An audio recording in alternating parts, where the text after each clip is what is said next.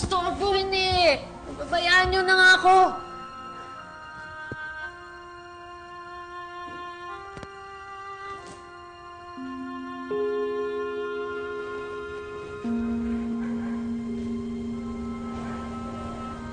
Celeste.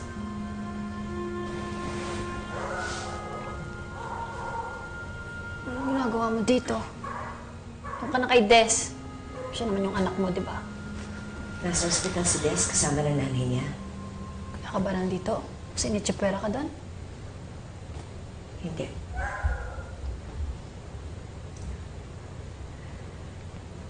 Naunawaan ko na ngayon kung bakit mahal ni Des at ni Madel ang isa't isa.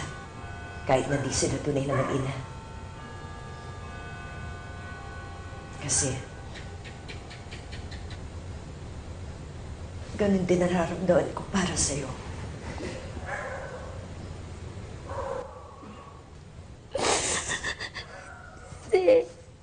Di totoo yan. Pinagpalit mo ako kay Des. Hindi totoo yan.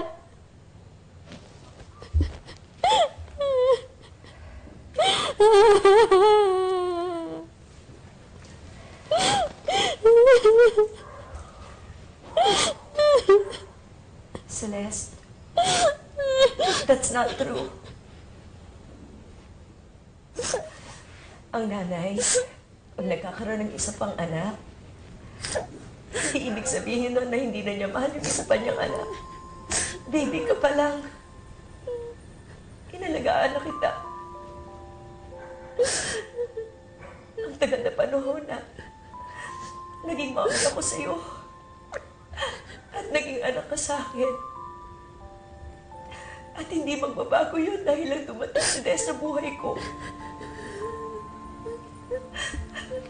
At kahit ano pa nangyari sa amin ng daddy mo, anak, mahal na mahal kita. Mahal na mahal kita si Des. Hindi magbabago yun, anak.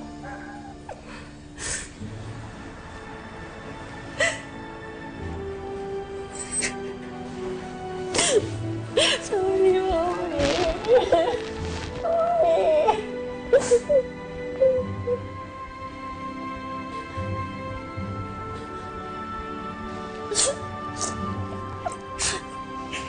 You don't have to say you're sorry.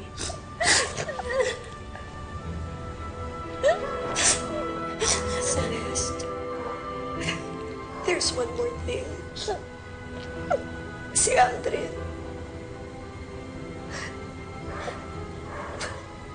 Wala na siya. Wala na siya.